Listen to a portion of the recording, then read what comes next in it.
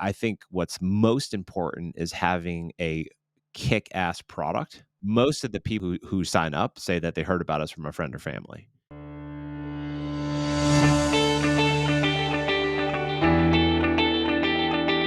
And I want a good show, damn it.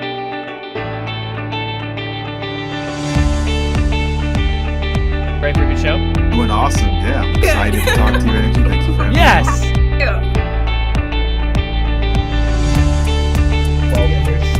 I've always been doing big into archery, and my dad said, hey, you guys want to start an archery store? Yes, that's how I always do. I mean, yes, of course, let's do this together. Hello, everyone. Welcome to another episode of the E-Comm Show.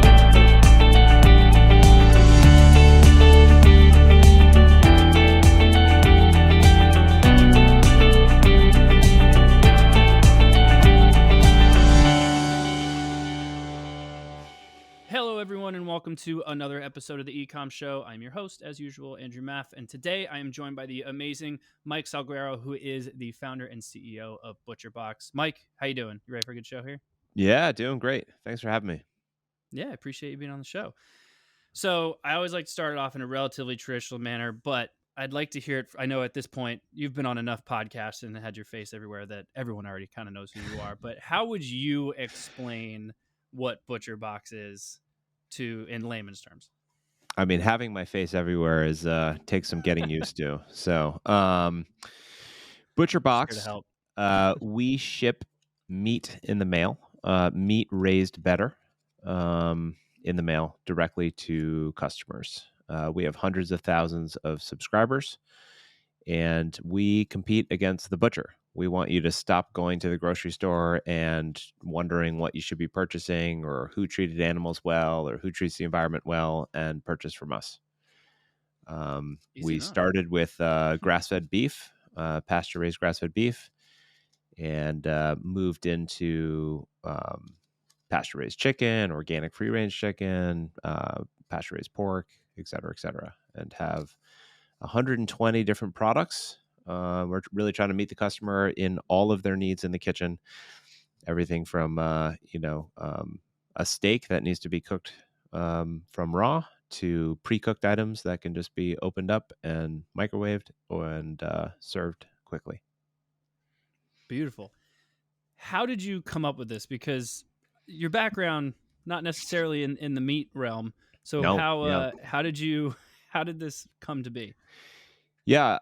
Well, I was running a company before this. So I got out of college and I decided that I wanted to do something entrepreneurial. And in college, I was trying some entrepreneurial hustles. I started in real estate. I rented apartments. That's where I met my wife and my first co-founder. Then I decided I wanted to get a real job. So I went on literally 75 informational interviews and finally landed a job at a real estate developer. I did that for 3 years. I didn't like that. That was my only real job. And I really regret that I did that. Got my MBA at night at Babson, which was like the entrepreneurship school. And then started my first company, which I ran for 8 years. We raised $30 million of financing. It was called custommade.com and ended up hitting a wall, losing everyone's money, shutting down. I took the weekend off, and then I started ButcherBox. And I've been running ButcherBox for 8.5 years, roughly. So I've been CEOing for 16, 17 years at this point, with really no time off other than, vacations and whatnot. I got into ButcherBox because when I left Custom Made, I decided that I didn't want to raise money and I wanted to follow Tim Ferriss's 4-hour work week and find something that was going to be a side hustle that was not going to take all of my time and that I could literally check my numbers from a cafe in Argentina and then go about my day. I was looking to have 1,000 subscribers who I was looking to make $20 a month off of, and thought with 20 grand, I could pay a couple of customer service people and, have like a nice little hobby business. I was particularly interested in grass-fed beef and animals raised better. I had read Michael Pollan's book, The Omnivore's Dilemma, and my wife and I were trying to clean up our diets. She has an autoimmune thing, and we were trying to eat better. And a lot of these diets, like an elimination diet where you eliminate gluten and dairy and soy and nightshades from your diet, and then you add them back in. A lot of those diets said eat grass-fed beef. And I lived in downtown Boston. I just got really interested in like, where do you buy grass-fed beef? And couldn't find any. So I ended up buying it from a farmer. And then like I bought too much. So then I was selling it to my friends. And one of my friends was like, this would be so much better if it was delivered to my house. And I was like, yeah, that would be better. And so I started trying to figure out how to make that happen. And this is like while custom made was kind of falling apart. I was, in the background trying to figure out like, how would you ship meat in the mail and whatnot. And I hit multiple roadblocks. But doors opened and things happened, and started with the Kickstarter in 2015. Went really well, and have been kind of holding on to the tiger's tail since then. It's awesome. There's so many things that you have been successful with through ButcherBox that so many other companies have failed in, and that's more or less what I imagine we're going to talk a lot about today. Great. One of the very first things I got to ask, you obviously had some downfalls with venture capitalists. I don't blame you. So you are now basically far into 9-figure company, and you have bootstrapped the entire thing. Yep. When you talk to companies that bootstrap and they hit like, they start breaking 7 figures, they hit a wall and they don't know what to do. And they kind of get stuck, and then they start looking for investments or loans, and it kind of gets ugly. Yep. How on earth did you bootstrap ButcherBox? Yeah. So the place where people get stuck when they bootstrap is inventory. Yeah. Far and away, that is the problem. So the problem is you grow and you're like, ooh, we're growing. We need to like invest in inventory ahead of our growth. And then you end up with a bunch of inventory, which is cash on a shelf, unless you figure out how to finance it. And then people are like, oh, I need money. And I have lots of people who ask me for bootstrapping advice, and I see so many examples of people falling into that trap. Now, the trick is that you need to figure out how you're going to finance your inventory and not own your inventory yourself. And there's a couple ways to do that. You can get debt. You can ask your inventory providers to do it for you. So in our case, we had people who were cutting our meat who were, one, they gave us 30-day terms, and two, they were actually really bad at invoicing us. So early on, it would take like a month for them to invoice us. And then we had another 30 days. So it was like 60 days afloat. And we built our entire model around wanting to be bootstrapped. So, for example, we had this curated box. This is what we started with. You chose beef and chicken, or beef, chicken, and pork, and we were going to send you whatever we wanted to. Why did we do that? Everyone's like, nobody buys meat that way. Why? Who's going to buy meat that way? And we're like, well, like Blue Apron and all those companies seem to just like send you whatever meals they want. So I think there's a market. The reason why we did that is because I didn't want inventory sitting on a shelf. The minute I'm trying to guess at how many ribeyes I'm gonna sell this week is the minute that I have a bunch of inventory sitting on shelf. Yeah. We did find very advantageous terms with our meat providers, where we're like, hey, you need to put up inventory. We still do this today. They have like weeks of inventory on hand in their facility, and they don't charge us for it until they ship it to our distribution center. We also have a line on our distribution center where the distribution center owns the inventory, or it's owned by a third party, but the distribution center is the person who's like responsible for it. So the way it actually works is I buy a piece of meat, it gets cut, it gets put in the distribution center. Customer pays for it. We ship it out. Once it's shipped out, I have 7-day terms to repurchase that inventory, or to buy that inventory. That is what's called like a positive cash conversion cycle, right? So like we get paid by our customers before the inventory leaves the facility. We have not paid anything on inventory. And the beauty of that is it puts our like incentives and the company's incentives in alignment. Because where you get into trouble is where you're like, oh, we can't grow anymore because I can't afford the inventory. And then what people do, what I see countless errors on this is, especially people who aspire to bootstrap or whatever, you're trying to solve a debt problem with equity dollars, meaning like inventory is a debt problem. It's like you get a loan, you use your inventory, you get more inventory. That's generally fixed with debt. What I see a lot of founders do is they like go and raise $5 million to finance their inventory. And the problem with that is like, yeah, but if you grow, if you 10x the business, you're just going to have to raise more money. So it's really important to figure out early. I'm talking to a guy right now. He's working in a, I don't think it really matters, but like he's working in a space and he has his choice of like 10 different vendors. And he's like, well, like these guys have the best quality. And what about these guys? And I was like, dude, the only thing that matters is terms. What terms are they giving you? How much inventory are they willing to put up? How much inventory are they willing to put on their shelves? And what are the terms? Like everything else is like kind of, it doesn't matter nearly as much when you're starting out. So when you're going to these vendors, you're talking to, manufacturers, or, in your case, you're going all the way back to farmers and dealing with butchers, et cetera. How are you having these conversations with them to actually do that? Because I know it's not a very common practice. Most people that sell online are sticking with a ton of inventory. It's sitting on the shelf. To your point, it's just cash sitting on a shelf. Yep. How do you even begin that conversation, and how do you make it beneficial for them to make sure that you're in a good position to keep scaling it out from there? Yeah. So first of all, I want to say there's a whole bunch of stuff on the marketing side as well. So if we want to talk about bootstrapping and how to think about it marketing, I'm happy to talk about that as well later. But on the supplier side, how do we go about talking to suppliers about like inventory and whatnot?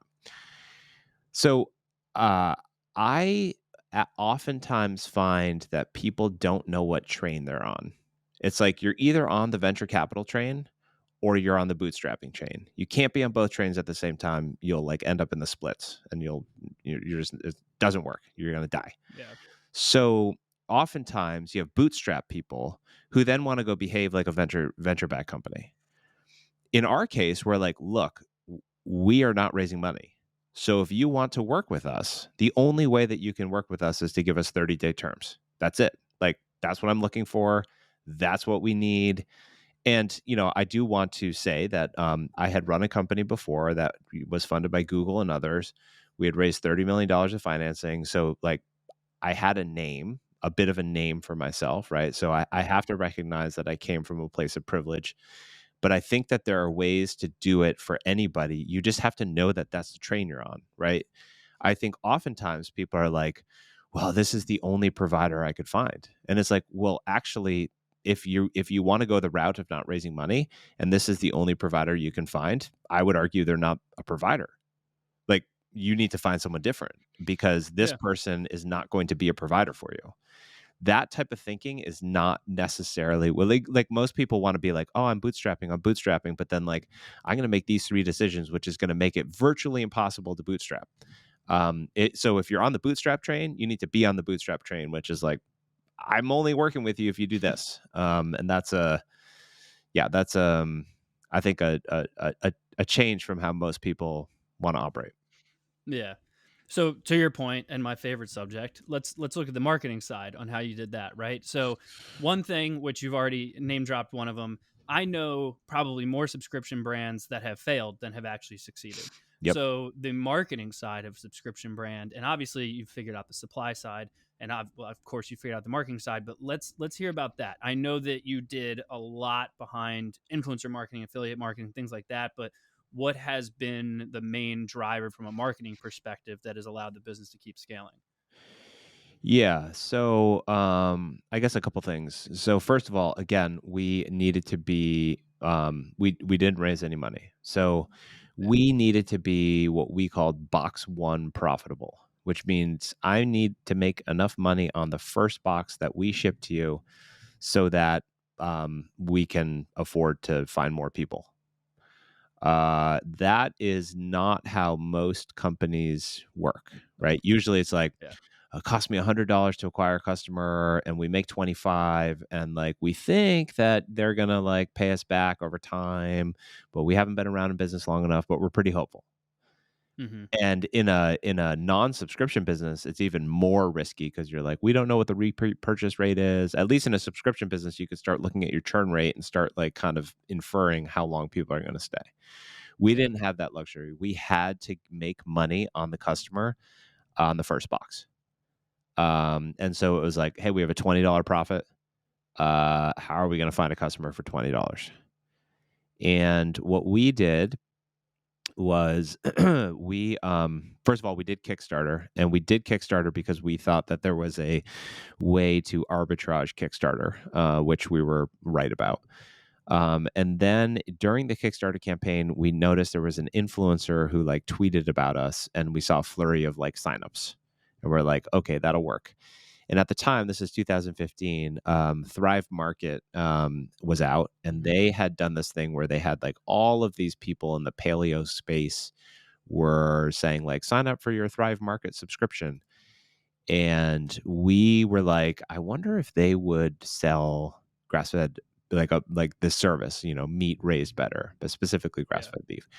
And so we just ended up finding anybody who had talked about grass-fed beef. Like, hey, the same people that like my wife and I were following, right? These bloggers who are like, eat grass-fed beef for a month, and then like reintroduce stuff. We're like, hey, I started this company because I was following your blog and it said to eat grass-fed beef, but I didn't know where to get it, so I started this company. And do you want to tell your audience about it? And by the way, we can't pay you up front. The only way that we can pay you is on residual.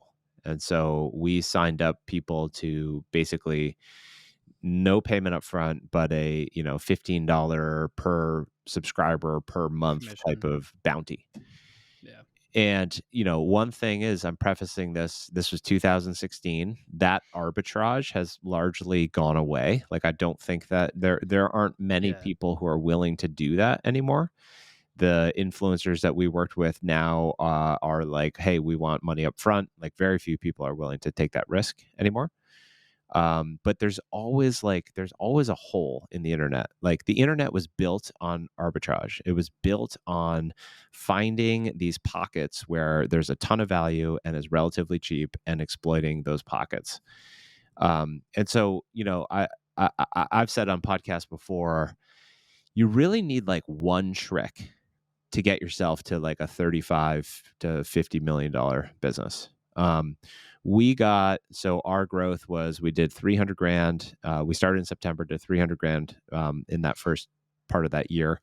We did 5 million the second year, 35 million the third year, 105 million the next year. So that was like our growth curve. We ran one trick up to 33 million. That one trick was the influencer strategy. And we went deeper and deeper and deeper and deeper and deeper into it. And I think that that's like, most, I have an analogy of like, you're wildcatting for oil, and you want to, in marketing, you want to have a very like cheap shovel, and you're just digging these small holes. And when you find oil, it's like, keep digging there. Don't go further. Don't take your shovel to some other thing, because you're supposed to be like, you as a CEO are supposed to figure out all the different ways to advertise. Like, no, just focus on that hole. And it's like, oh, wow, this is like a really deep well. Build more, get other people involved, build infrastructure, like suck that well dry before you move on. So we went from, we were basically in business for almost 3 years before we ever did a single Facebook ad.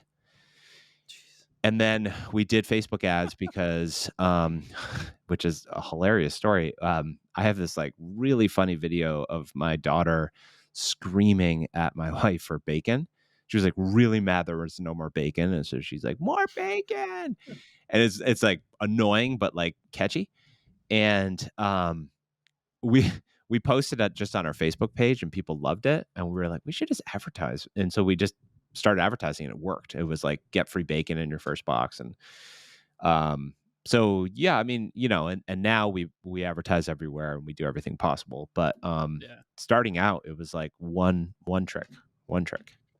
That's awesome. So you more or less started off completely arbitraging the influencer side, basically seeding them, because you didn't really pay them until they actually made a sale. That's right. Now, I know that you obviously just mentioned, but I've been looking through like your social and stuff like that. I saw you were just tweeting about, or Xing, if they should call it that now, of actually the advertising that you've been doing. I know January you started to see some better results with some of the advertising side of things. Like, what has been the approach from an advertising perspective? Are you still primarily focused on social media? Have you found kind of that other hole outside of the influencer side that you've been focused on? So subscription businesses are amazing in many ways because they compound on themselves. So, Yeah. you sign up $100 worth of revenue in month one, hopefully more. Let's call it $1,000 in revenue in month one. You churn out 10% of those people. So now you have $900 worth of revenue. And if you add another 1,000, now you have 1,900. And then you run that again. You've got, so it just compounds on itself in a way that's like you can grow really fast if you figure something out. Yeah. Subscription businesses get really hard a little bit later when they are when your churn is eating your customer base. So when you're dealing in multiple hundred thousands of customers, even if I always say, like, even if you're sending people bricks of gold in the mail, at a certain point they're like, stop with the bricks of gold. Like everyone, like your churn, you will have churn no matter what. Yeah. And so what ends up happening is your churn when your number of subscribers is so big is a big number. And so where we are right now is like we have hundreds of thousands of subscribers. We have north of 400,000 subscribers. And, on any given month, you've got to replicate tens of thousands of people in order to like grow, or in order to tread water. And that becomes really hard, right? So because you're deepening your pools, there's less people. It's like it's a whole thing. So I mean, we advertise everywhere. We are mostly in the demand space. So the Facebooks of the world and Instagrams and TikTok, and we've done a bunch of TV. We've done a bunch of brand advertising, like top of the funnel stuff, awareness stuff. And ultimately, like, which I'm happy to talk about as well, because we're unfunded, we have a very long time horizon. Like, we don't need to sell. We don't need to grow at any sort of particular rate. We don't really want to go public. We don't want to sell the company right now. So I think what's most important is having a kick-ass product. Like, that's by far the most important. Like, Yeah. 100%. most of the people who sign up say that they heard about us from a friend or family. And I think that is going to continue to be the case. So it's like, how do you activate that? How do you like inspire people to share, et cetera, is a big piece of kind of the work that we do. Yeah, I've always said like marketing's actually kind of easy if you've got a great quality product in place, because it's just about being in front of the right people at the right time and reminding them that you exist. So it does obviously make a lot of sense. So, the subscription side, you're compounding through that. The advertising side, one of the questions that always comes up when you're focused on top of funnel things, between whether you're doing it digitally or whether you're doing it through commercial, how are you painting any kind of ROI when you're looking at, like, if we look back at your influencers, right? You wanted to make sure that you were basically just paying them $15 a box. How do you make sure that your top of funnel aspect is still tied to some direct ROI, since it's not as tangible as you'd like it to be? You mean the brand spend, like the real top of funnel? Correct. Yep. I don't have a good answer on that. I mean, we have. I mean, my answer would be that we try to measure everything, and so we don't play in like the very very top of funnel unmeasurable stuff. We have, and we've frankly, I have not seen any economic value from it. And so, it was like 2 years ago that we put like $7.5 or $8 million into brand spend. And at the time, it was like, what is brand spend? It's like, well, we just won't put a conversion button on it, and then it's brand spend. It's like, that sounds like a bad idea. Like, no goal. I'm name. not sure that's a good idea. So I would say the brand spend that I think is really interesting for ButcherBox is enabling our customers to send boxes to their friends for free, or like giving them tools to talk about us and build that word of mouth. Because I mean, we've shipped a box to over 1.5 million households in this country.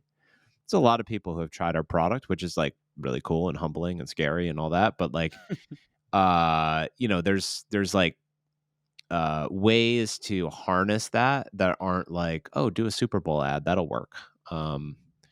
I don't know how to do the Super Bowl ad and have it work. And frankly, I don't think we can afford it. I think we need to like continue just chipping away at like, the basics. Totally understand. Mike, I don't want to take up too much more of your time. I know you're super busy. I would love to give you the opportunity here, let everyone know they can find out more about you and, of course, more about ButcherBox. Yeah. Well, you can follow me on Twitter at Mike Salguero, Salguero, where I try to tweet, which is a whole thing and hard. And you can go to butcherbox.com. We have a promo code Mike sent me. If you want that, I think it's like $20 or $30 off your first box. And yeah, I mean, I think that I think operating a company in general is a very lonely endeavor. And I oftentimes encourage people to find a circle of people who can help you, because you don't want to be. It can feel lonely, but it doesn't have to be lonely. That's what I'll say. I could not agree more with that. Mike, I appreciate your time. Thank you for joining us. Everyone who tuned in, of course, thank you as well. Please make sure you do the usual: rate, review, subscribe, all that fun stuff on whichever podcast platform you prefer, or head over to the ecommshow.com to check out all of our previous episodes. But as usual, thank you all for joining us, and we'll see you all next time. Have a good one.